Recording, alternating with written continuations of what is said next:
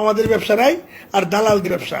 আমাদের দলের ভিতরেও কয়েকজন দালাল আছে, এই দালালের নামটা আমি আজকে বললাম না। দালালের বাচ্চারা, কাল্লা কাল্লা দালালরা ভালো হয়ে যাস, কিন্তু বলছি পিঠের সামরাও থাকবে না দালাল।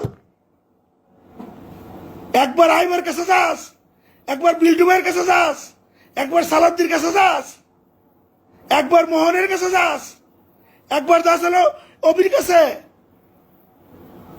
একবার অন্যদিকে যাস, সব দিকে যায় মজা খাস, সব দিকে যায় মজা খাস। আমাদের একটা অনুষ্ঠান করলাম, কয় তারিখে দিন অনুষ্ঠানটা করলাম আমরা, এটা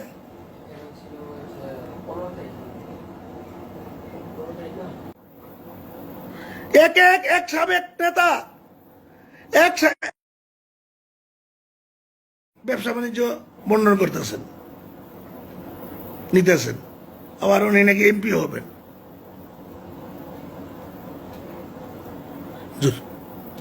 জুটের ব্যবসা করবেন, আবার এমপি হবেন। তাহলে তো আমাদের আত্মহত্যা করতে হইব।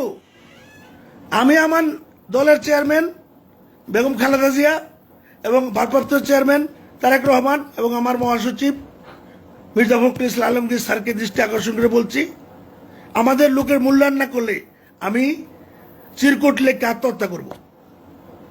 তারা ব্যবসা বন্টন করে, তারা ব্যবসা বন্টন করে নিয়ে নিছে আওয়ামী লীগ, বিএনপি, দালাল মিলা। দালালের বাচ্চারা, দেশটা তো না, দেশটা তোর বাপের না, এই দেশটা এই দেশের জনগণের।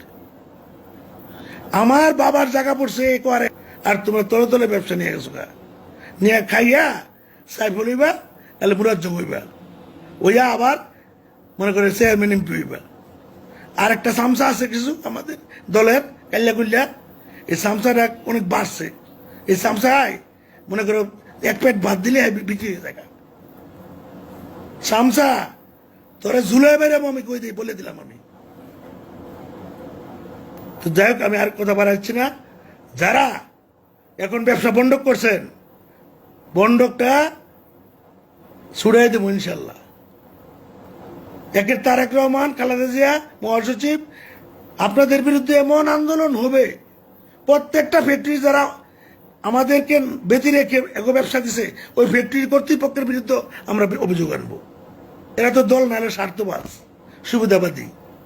সুবিধাবাদী সুবিধাবাদী তোমাদের কিন্তু পায়েল নৌকো থাকবো না। কিন্তু এত সহজ না। 91 বিএনপি বানাই, 2001 বিএনপি বানাই, যে এমপি একজন হইব, হ্যাঁ যা কয় তাই হইব।